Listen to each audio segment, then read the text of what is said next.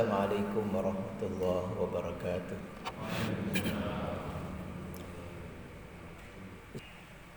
Jamaah sekalian, pagi ini kita akan masuk bab qadha'us shalah, tentang mengqadha salat.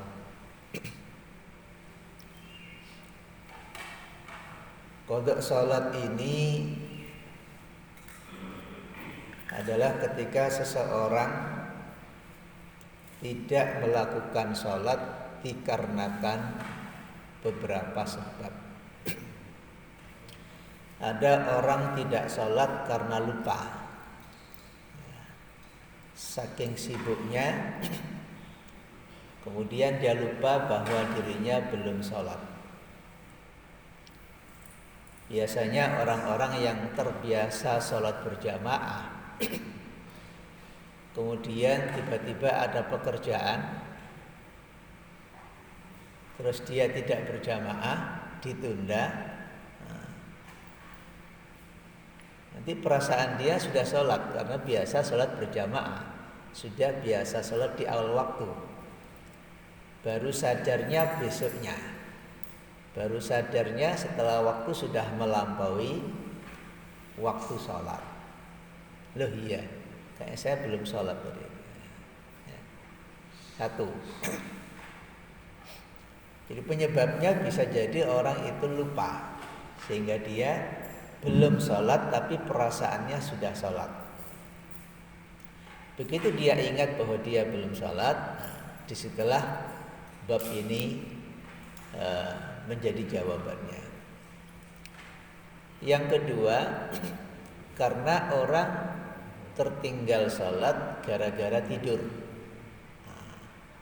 Saking capeknya kerja, kemudian maunya istirahat sebentar biar nanti waktu sholat badan sudah seger, layah-layah istilahnya. Akhirnya kemudian kebablasan, waktu sholat sudah lewat, berarti dia belum sholat. Di waktu jeda waktu yang disiapkan secara syarak, itu dia belum melakukan kewajiban sholat. Baru bangun ternyata waktunya sudah melampaui waktu sholat. Dua hal ini apabila orang itu faktornya lupa atau faktornya tertidur, kemudian dia baru sadar, kemudian dia baru ingat, maka dia berkewajiban untuk mengqadha salat fauron. Fauron artinya sesegera mungkin. Tidak ditunda untuk mengqadha salat duhurnya duhur besok, tidak mengqadha salat asarnya asar besok, enggak. Tapi begitu kita ingat bahwa kita terlupa ada salat yang belum kita lakukan, maka segera kemudian kita diminta untuk mengambil air wudu dan menunaikan qadha'us shalah. Ada orang yang belum sholat isya baru ingatnya habis duhur. Berapa lama itu? Sholatnya isya, lupa, tapi baru ingatnya besok habis duhur. Enggak usah menunggu waktu isya. Maka ya habis sholat duhur itu ketika dia ingat, loh iya saya belum sholat isya, maka Anda sholat isya, niatnya sholat isya dilakukan di waktu duhur. Itu qadha'us shalah. Demikian pula orang yang tertidur tadi. Begitu bangun merasa dia belum sholat, waktunya sudah lewat, maka segera kemudian dia berwudu. Nah, kemudian sholat yang tertinggal itu dalam hatinya dengan niat qadha'us shalah, membayar kewajiban sholat yang terlewatkan. Dua hal ini tidak ada khilafnya. Tidak ada perbedaan pendapat di antara para ulama. Yang muncul perbedaan pendapat itu pada kasus yang ketiga. Ada orang yang malas-malesan sholat, ada orang yang dahulu ogah-ogahan sholat, baru sadar ketika sudah menikah, baru sadar ketika dia sudah mau jadi menantu, sungkan nggak sholat. Gimana ini Ustaz? Bertahun-tahun nggak sholat Ustaz. Gitu ya. Sejak dia akal balik nggak sholat. Macam-macam faktornya tadi kan. Ya, faktor pekerjaan, faktor males, faktor akhirnya tertinggal banyak waktu sholat yang bahkan dia mungkin nggak ingat berapa sholat yang ditinggalkan. Nah, akhirnya dihitung sendiri dikira-kira. Aku biyen gak sholat mulai umur 12, kan? Saiki umur 20, berapa tahun ya? 8 tahun mulai 12. Hitung di matematikanya, ketemu angka sekian. Terus gimana Ustaz ini? Apakah kita kemudian harus mengkodok sholat yang tertinggal sekian tahun? Di situ ada khilaf di antara para ulama. Jumhur ulama termasuk mazhab Syafi'i, dia harus mengkodok sholat sebisanya sampai hatinya merasa dia sudah. Jadi ada sebagian pendapat termasuk mazhab Zahiriyah, kalau Imam Ibnu Taimiyah termasuk dalamnya, sebagian pendapat Ahmad itu ya bagi waktu sholat yang dahulu sudah tertinggal, lupa berapa lama dia tidak sholat, maka dia perbanyak istighfar, dia bertaubat kepada Allah dan perbanyak salat-salat sunnah. Tapi pendapat jumhur ulama adalah dia harus mengqadha salat yang tertinggal. Bagaimana waktunya Ustaz? Nah, di situ pendapat juga berbeda. Berarti ada yang mengatakan pendapatnya bebas waktunya, di luar waktu-waktu yang diharamkan sholat. Iki isuk kok sholat petang rakaat iki. Konangan kodok sholat. Nah, gitu kan. Bisa setiap waktu isya, habis sholat isya dia sholat lagi. Kodok sholat isya yang belum pernah terlaksana. Ini rajin banget orang sholat terus nyaur utang Mas. nyaur utang gitu. Terbayang nggak ya kasus begitu ya? Tobatnya itu, tapi sebagai pendapat tadi itu ya cukup dia bertobat sudah, ya Allah. Ya mungkin dulu belum dapat hidayah, dulu masih malas, dulu temennya memang ya, salah pergaulan ya. Karena pergaulan penting ya. Kita bergaul dengan siapa itu penting. Maka pesan Nabi itu falyandur ila man yukhaliluhu. Jadi kata Nabi, kalau kita ingin melihat seseorang, lebih-lebih lagi nanti ibu-ibu, bapak-bapak kalau sudah punya anak perempuan, ya, ingin melihat gimana calon menantunya. Nah, satu di antara resep yang diberikan Nabi, falyandur ila man yukhaliluhu. Dia itu biasa bergaul akrab dengan siapa? Siapa bergaul akrab dengan siapa? Sudah ketahuan sudah itu nanti. Itu kalau bahasa sekarang di teoritisasinya begitu, konsep Nabi begitu. Kalau orang itu biasa bergaul dengan orang-orang baik, insya Allah dia baik. Tapi kalau orang itu biasa bergaul dengan orang-orang yang buruk, maka insya Allah dia pun juga buruk. Ya, itu yang alami ya. Memang dia bawaannya, semangatnya mau bergaulnya dengan itu sudah. Lain lagi kalau orang memang kesana itu dalam rangka untuk berdakwah, mengajak orang memperbaiki dirinya. Baik, di sini ittafaqal ulama ala anna qada as-salati wajibun 'alan nasi wan naim. Sepakat para ulama bahwa orang yang lupa dan orang yang tertidur akan sholatnya wajib mengqadha.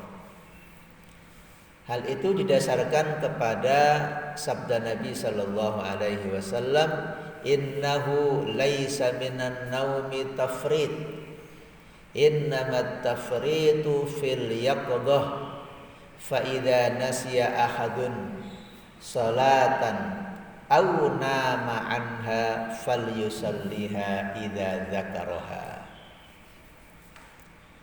Sabda Nabi Shallallahu Alaihi Wasallam, bukan tergolong tafrid. Tafrid itu orang yang melampaui batas, orang yang sengaja berbuat fasik, itu tafrid, melampaui batas. Bukanlah tertidur itu adalah sikap tafrid, melampaui batas. Innamat tafritu fil yaqdah. Yang dikatakan melampaui batas itu orang yang sadar tetapi sengaja meninggalkan sholat. Nah, orang tertidur kemudian gak sholat, kata Nabi, bukan tafrid. Tapi orang yang sadar, saking demennya, saking senengnya lihat olahraga, saking kadung janjian mbek koncone bal-balan, futsal atau goes gitu kan. Padahal dia belum sholat. Sadar sebenarnya dia, kalau dia belum sholat, gak enak ambek konco, gak enak ambek iki ya. Itu kata Nabi tafrid. Kemudian kata Nabi, apabila seseorang itu lupa tentang sholat atau dia tertidur tentang sholat, fal yusalliha idza dzakaraha. Segera laksanakan qada sholat. Jadi ini yang saya katakan tadi, tidak ada khilaf di antara para ulama tentang kalau tentang qada sholat disebabkan karena lupa dan disebabkan karena tertidur. Adapun yang lain memang tidak ada dalilnya, karena tidak ada dalilnya itulah kemudian berlaku hukum ijtihad. Di antaranya umpamanya ada dalil namanya dalalatul mafhum dan dalalatul mantuq. Dalalatul mantuq, teksnya berkata, hadisnya Nabi itu berbunyi, barang siapa yang lupa atau tertidur. Nah, cuma dua yang disebutkan. Barang siapa yang lupa atau tertidur, ya, kemudian hendaknya dia melakukan sholat ketika dia ingat. Sebagian pendapat yang mengatakan tidak ada kewajiban untuk mengulangi sholat bagi yang bertahun-tahun, berlama-lama dia tidak sholat itu, memang tidak ada hadis Nabi yang memerintahkan sahabat yang dulu kemudian mengqadha sholatnya. Tapi bedanya itu kan ketika orang sahabat nggak mengqadha dulu kan memang dia belum Islam. Belum ada kasusnya itu yang saya baca, belum tahu juga ya. Karena begitu sahabat-sahabat masuk Islam kepada Nabi, itu dasar masuk Islam sudah kuat gitu. Dia langsung begitu sholat dia langsung sholat. Ya, kalau kita sebagian kan enggak ini. Ada yang masuk Islam gara-gara ingin diambil mantu, gitu kan. Gara-gara kemudian dapat peluang pekerjaan, gitu kan. Akhirnya kemudian aku tak sholat wis, gitu kan. Tapi nanti kendor lagi, sholat lagi, kendor lagi, gitu kan. Karena itu para ulama termasuk jumhur berpendapat pakai dalalatul mafhum. Bagaimana dalalatul mafhum? Konteksnya bagaimana? Jadi bukan teksnya tapi konteksnya. Orang tertidur saja, orang lupa saja itu diminta untuk sholat kok. Untuk menyaur hutang sholatnya, apalagi yang sengaja nggak nyaur-nyaur, gitu loh. Paham ya logikanya itu? Itu kiasnya begitu, al-qiyasul aula. Apa qiyasul aula itu? Dikiaskan orang tertidur saja, orang lupa saja dia wajib untuk mengqadha sholat kok. Apalagi orang nggak lupa, nggak tertidur, tapi malas. Min babil aula, maka dia lebih berhak, lebih berkewajiban untuk membayar mengqadha salatnya. Nah, itu disebut dengan dalalatul mafhum. Konteksnya. Nah, di sini hampir jumhur ulama, madzhab Syafi'i, madzhab Abu Hanifah, Imam Malik dan Ahmad itu lebih berpendapat bahwa orang yang dahulu tidak melaksanakan sholat, kemudian dia sadar, maka dia berkewajiban untuk mengqadha salatnya dan memperbanyak ibadah-ibadah sholat sunnah. Saya kira itu singkatnya tentang bab qadha sholat, karena di sini berikutnya itu adalah penjelasan-penjelasan. Kalau tentang ayat surat Al-Ma'un umpamanya, a'udzubillahi minasyaitonirrajim, fawailul lil musallin. Apa lanjutnya? Alladzina hum an salatihim sahun. Wail, celakalah. Wail juga di antara nama-nama neraka. Wail bagi orang-orang yang sholat. Seperti apa sholatnya? Nanti dia itu sholat berarti. Sholat saja masih ancaman wail. Tapi seperti apa sholatnya? Nah ini alladzina hum an salatihim sahun. Yaitu orang-orang yang dia lalai dengan sholatnya, sembrono dengan sholatnya. Asbab nuzulnya kalau jenengan buka tafsirnya tentang surat Al-Ma'un ini, fawailul lil musallin, itu maknanya orang yang dia ngentengno, gampangno waktu sholat sampai melampaui batas waktu. Sholat duhur karena ada pekerjaan, siklah dilungkas. Sik jangan loro dilungkas ya ana waktune. Loh, jam 12 dilungkas kurang sithik ae kok.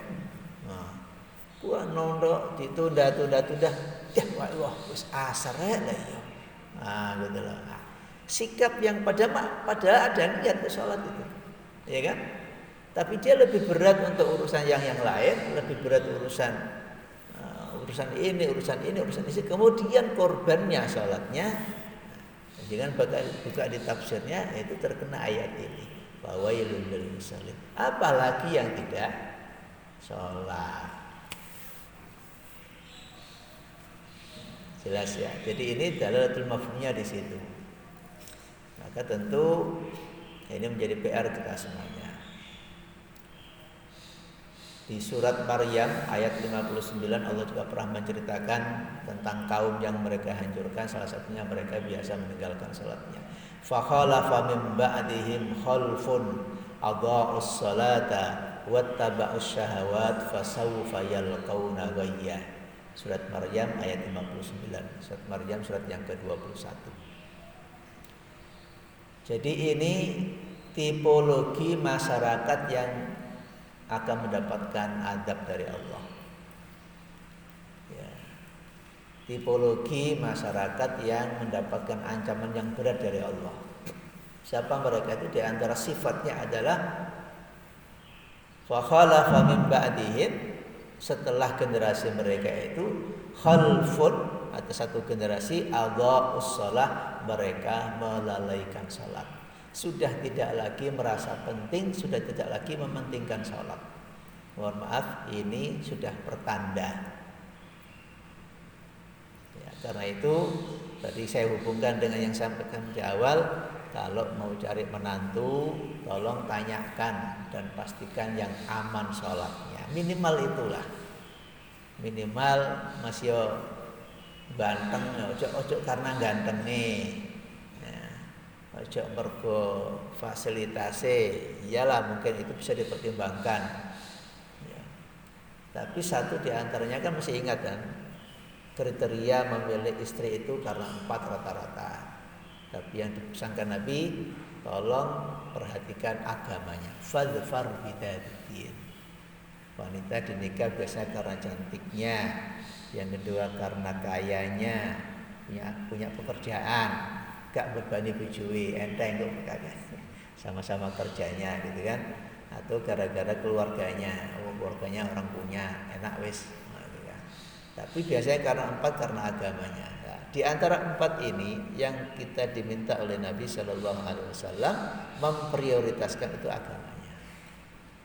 Sama halnya kata Nabi, bagi bapak ibu yang punya anak perempuan ingin calon mantu laki-laki. Apa kata Nabi? Idza ja'akum man tardawna dinahu wa khuluquhu fazawwiju. In lam taf'alu takun fitnatun fil ardi wa fasadun kabir. Al-hadis kama qala sallallahu alaihi wasallam. Kalau datang kepada kalian wahai orang tua gadis, Wahai wali anak-anak muslimah, kalau datang kepada kalian laki-laki yang kamu ridho agama dan akhlaknya. Ya bukan berarti kemudian dia belum punya pekerjaan. Enggak, itu nomor penting yang pertama itu lihat agama dan akhlaknya. Maka terimalah menantu itu. Kalau kamu menolak calon menantu laki-laki yang baik agamanya, jujur orangnya, rajin ibadahnya, akhlaknya, kok ditolak? Ancaman Nabi ada. In lam takun taf'alu takun fitnatun, akan muncul fitnah nanti dari situ. Ini maknanya luas. Gak tahu fitnah buat siapa. Bisa fitnah buat orang tua anak perempuan itu, bisa fitnah buat anak perempuan itu, bisa gak tahu untuk fitnahnya. Au fasadun kabir, dua hal, fitnah atau kerusakan. Kerusakan yang nanti masa depan anaknya. Karena ketika seorang perempuan belum nikah itu tanggung jawab walinya. Kalau laki-laki nggak dipersyaratkan wali, dengan tiba-tiba kerja di Kalimantan terus pulang bawa istri, nggak ada masalah laki-laki itu. Nah, ada nggak begitu? Yang keluar moro-moro balik nang Jawa lu bawa anak. Nah, itu kan. Tapi kalau perempuan nggak bisa. Perempuan itu ketika dia belum nikah, maka dia masih tergantung izin walinya. Kalau walinya nggak mengizinkan, nggak sah pernikahan. Maka di sini lagi-lagi mementingkan agama. Nah, di antara hal yang paling pokok dalam agama itu urusan sholat. Awwalu ma yuhasabu bihil abdu yaumal qiyamati as-shalah. Yang pertama akan dihisab nanti di hari kiamat itu urusan sholat. Ya, karena itu saya mohon ya kita semuanya, karena kita sudah belajar seperti ini, cobalah dinikmati sholat itu. Ya, ojo terlalu buru-buru ya, urusan sholat kok buru-buru gitu. Urusan liane itu nyantai. Nah, gitu. Urusan buka Facebook, urusan Instagram, urusan apa lagi? Oh, aku tahu wenang ngopi, apalagi ngopi warung, kok sampai ngobrol enggak kerasa 2 jam, 3 jam. Lha iki urusan sholat 5 menit iku lho. Kok rasane wis gak nikmat belas gitu. Ngene apa nggih? Nanti kan. Jadi tumakninahnya itu enggak dipenuhi. Padahal kita kalau minimal tumakninah is 2 menit lah paling. Wis bacane kulhu lah. Kulhu ambe wal asri. Rukuknya ditenangkan, iktidalnya ditenangkan, sujudnya ditenangkan. Cobalah dinikmati itu. Nah itu insya Allah lah. Nah kan tumakninah, ya. Tumakninah itu tumakninatus shalah. Ya. Baik, saya kira itu tentang bab qadha'us shalah. Ya. Subhanakallahumma wa bihamdika asyhadu an la ilaha illa anta astaghfiruka wa atubu ilaik. Mohon maaf. Assalamualaikum warahmatullahi wabarakatuh.